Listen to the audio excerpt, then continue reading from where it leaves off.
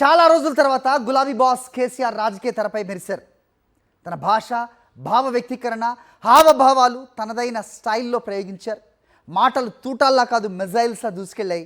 తెలంగాణ యాసను సందర్భానుసారం ప్రయోగిస్తూ పదాల పంచులు వదిలారు. అయితే కేసీఆర్పై సీఎం రేవంత్ రెడ్డి దూకుడైతే తగ్గించలేదు. నీవు తమలపాకుతో కొడితే నేను తలుపు చెక్కతో కొడతా అన్నట్టు రేవంత్ రెడ్డి స్పీచ్లు దంచుతున్నారు. కేసీఆర్ అసెంబ్లీకి రావాలని రేవంత్ రెడ్డి సవాల్ విసురుతున్నారు. మరి కేసీఆర్ అసెంబ్లీకి వెళ్తారా, వెళ్ళరా? తెలంగాణ అసెంబ్లీలో నీళ్లు నిప్పులవుతాయా? కేసీఆర్ పూర్తి స్థాయిలో యాక్టివ్ అయితే తెలంగాణ రాజకీయాల్లో మంటలు పుడతాయా? అప్పుడు రేవంత్ రెడ్డి అవలంబించే వ్యూహం ఎలా ఉండబోతోంది?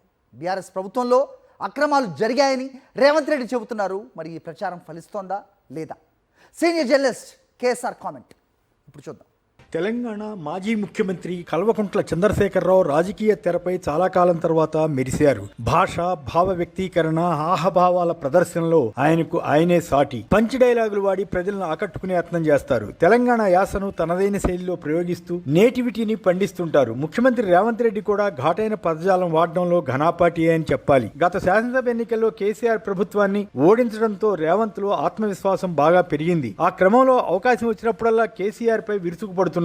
డిసెంబర్ 21 ఆదివారం నాడు వీరిద్దరూ ఒకరిపై ఒకరు బాణాలు వేసుకున్నారు. బహుశా పంచాయతీ ఎన్నికల్లో మెజారిటీ కాకపోయినా బీఆర్ఎస్ కు ఆశాజనకమైన ఫలితాలు రావడంతో కేసీఆర్ లో ఉత్సాహం వచ్చి ఉంటుంది. ఆయన పార్టీ ఎమ్మెల్యేల, ఎమ్మెల్సీల సమావేశాన్ని సుదీర్ఘంగా నిర్వహించారు. తదుపరి మీడియాతో భేటీ అయ్యారు. ఆ సందర్భంగా పార్టీ కేడర్ ను ఉత్తేజపరిచేలా మాట్లాడారు. ఒక రకంగా చెప్పాలంటే ఆయన ద్విముఖ వ్యూహం అమలు చేసినట్లు అనిపిస్తుంది. ఒకటి నీళ్ల సెంటిమెంట్ రాజకీయం, మరొకటి కాంగ్రెస్ ప్రభుత్వ పనితీరును ఎండగట్టడం. ఈ లక్ష్యంతో ఆయన విమర్శలు గురిపించారు. రేవంత్ మాత్రం కేసీఆర్ అసెంబ్లీకి వచ్చి నీటి కేటాయింపులపై చర్చించాలని సవాల్ చేయడమే కాక మొత్తం సమస్యలకు కేసీఆరే కారణమన్న వాదనను వినిపించారు. అయితే కాంగ్రెస్ గత ఎన్నికల్లో ఇచ్చిన హామీలను ఏ మేరకు అమలు చేశారన్న దాని జోలికి పోకుండా కేసీఆర్ పై వ్యక్తిగత విమర్శలకు రేవంత్ ప్రాధాన్యం ఇచ్చారు. కేసీఆర్ కుటుంబంలో ఏర్పడిన పరిణామాలను వాడుకోవడం ద్వారా రాజకీయం చేయడానికి రేవంత్ యత్నించినట్లు కనబడుతుంది. కేసీఆర్ వాదనలో ఉన్న బలాబలాలు చూద్దాం. పాలమూరు రంగారెడ్డి నీటిపారుదల ప్రాజెక్టు కోసం ప్రజాయుద్ధం చేస్తామని కేసీఆర్ ప్రకటించారు. కృష్ణా జలాల విషయంలో తెలంగాణకు అన్యాయం జరుగుతోందని, పాలమూరు స్కీము సంబంధించి 2 ఏళ్లలో తట్టెడు మట్టి తీయలేదని ఆయన ఆరోపించారు. ఏపీ ముఖ్యమంత్రి చంద్రబాబు నాయుడు ఒత్తిడితోనే కేంద్రం డీపీఆర్ ను వెనక్కి పంపించిందని ఆయన అన్నారు. 45 టీఎంసీలు నీటిని కేటాయిస్తే చాలని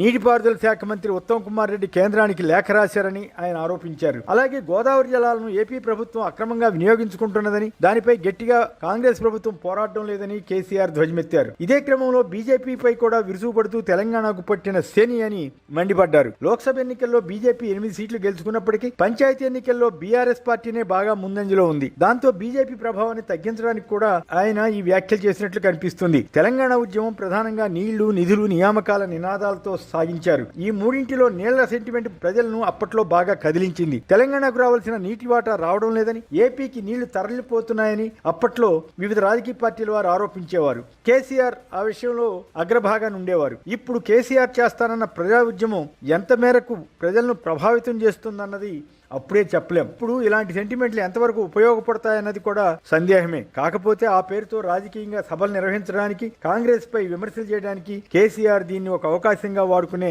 యోచన చేసినట్లుగా ఉంది. నీటి సమస్యను సెంటిమెంట్ కోసం ఆయన మాట్లాడినా అసలు లక్ష్యం రేవంత్ ప్రభుత్వంపై తీవ్ర స్థాయిలో విమర్శలు చేయడమే అన్నది తెలుస్తూనే ఉంది. తెలంగాణ, ఏపీ నేతలు నీటిని ఎంత సమర్థంగా వాడుతున్నారన్నది పక్కన పెడితే అవసరమైనప్పుడల్లా రాజకీయ ప్రయోజనాలను సాధించడానికి ఈ అంశాన్ని వాడుకుంటారు. ఇప్పుడు కూడా అదే ధోరణి అనుసరించినట్లు అనిపిస్తుంది. ఏపీలో చంద్రబాబు ప్రభుత్వం ప్రతిపాదించిన పోలవరం, నల్లమల్ల సాగర్ ప్రాజెక్టు అక్కడి ప్రజలను మభ్యపెట్టడానికే అన్నది ఎక్కువ మంది భావన. అయినా తెలంగాణ నేతలు అలాంటి వాటిని బూచిగా చూపించే యత్నం చేస్తుంటారు. కాంగ్రెస్ ప్రభుత్వాన్ని సర్వభ్రష్ట సర్కారుగా కేసీఆర్ అభివర్ణించారు. ఇలాంటి పదాలు వాడటంలో కేసీఆర్ ది ప్రత్యేక శైలి. తన ప్రభుత్వాన్ని ఓడించడానికి కాంగ్రెస్ అబద్ధపు వాగ్దానాలు ఇచ్చిందని చెబుతూ కేసీఆర్ ఆ జాబితాను చదివారు. 6 గ్యారంటీల పేరుతో కాంగ్రెస్ ప్రజలకు హామీ ఇవ్వడమే కాకుండా బాండ్ పత్రాలను కూడా ప్రజలకు అందజేసిన మాట నిజమే. కానీ అధికారంలోకి వచ్చాక వాటిలో కొన్నింటిని మాత్రమే చేయగలిగారు. వృద్ధాప్య పెన్షన్ 4,000 రూపాయలు, కళ్యాణ లక్ష్మి కింద 1,00,000 రూపాయలతో పాటు తులం బంగారం, దళిత బంధు కింద 12 లక్షల రూపాయలు మొదలైన హామీలను కేసీఆర్ ప్రస్తావించి కాంగ్రెస్ ప్రభుత్వాన్ని నిలదీశారు. అదే టైంలో ఫ్యూచర్ సిటీని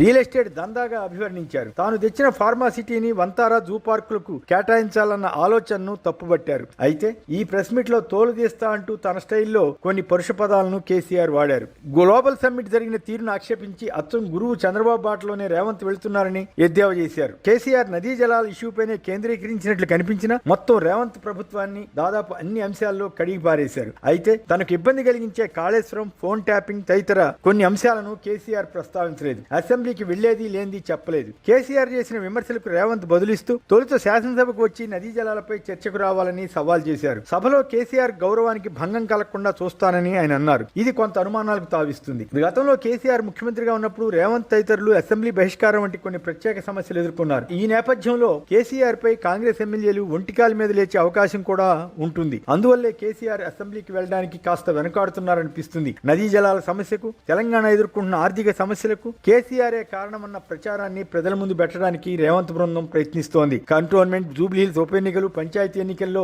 కాంగ్రెస్ మెజారిటీ గెలుపు ఆధారంగా కేసీఆర్ వాదనను రేవంత్ తప్పుపడుతున్నారు. ఈ క్రమంలో రేవంత్ ఒక అభ్యంతరకర పదప్రయోగం చేసినట్లుగా అనిపిస్తుంది. ఆర్థిక ఉగ్రవాది అని కూడా కేసీఆర్ పై రేవంత్ ఆరోపణ చేశారు. తన చావు కోరతారా అని కేసీఆర్ చేసిన వ్యాఖ్యకు బదులిస్తూ ఆయన ఆరోగ్యంగా ఉండాలని, ఆయన కుటుంబ సభ్యులతోనే ప్రమాదం ఉందని, కేటీఆర్, హరీష్ రావుల మధ్య భేదాలున్నట్లు చిత్రీకరించడానికి రేవంత్ యత్నించారు. అలాగే కేసీఆర్ కుమార్తె కవిత బీఆర్ఎస్ కు దూరమైన వైనాన్ని రేవంత్ తనకు అనుకూలంగా మలుచుకోవడానికి కృషి చేస్తున్నారు. అయితే కేసీఆర్ వ్యాఖ్యలు వయసుకు తగ్గట్టు లేవని, ఆయన తమలపాకుతో కొడితే తాను తలుపు చెక్కతో కొట్టగలనని రేవంత్ తన వ్యూహాన్ని చెప్పకనే చెప్పారు. కేసీఆర్ నిజంగానే వచ్చే రోజుల్లో బాగా యాక్టివ్ అయితే వీరిద్దరి మధ్య హోరాహోరీ మాటల యుద్ధం జరిగే అవకాశం ఉంటుంది. కేసీఆర్ తెలంగాణ సెంటిమెంట్ ను, కాంగ్రెస్ ఇచ్చిన వాగ్దానాలు అమలు చేయలేకపోవడం వంటి అంశాల ఆధారంగా భవిష్యత్ రాజకీయం చేయడానికి సిద్ధపడుతున్నట్లుగా కనబడుతుంది. కేసీఆర్ కుటుంబంలో ఏర్పడిన పరిణామాలు, కేసీఆర్ ప్రభుత్వంలో జరిగిన తప్పులు తదితర అంశాలను ప్రధానంగా అస్త్రాలుగా వాడుకుని రాజకీయం చేయడానికి రేవంత్ రెడీగా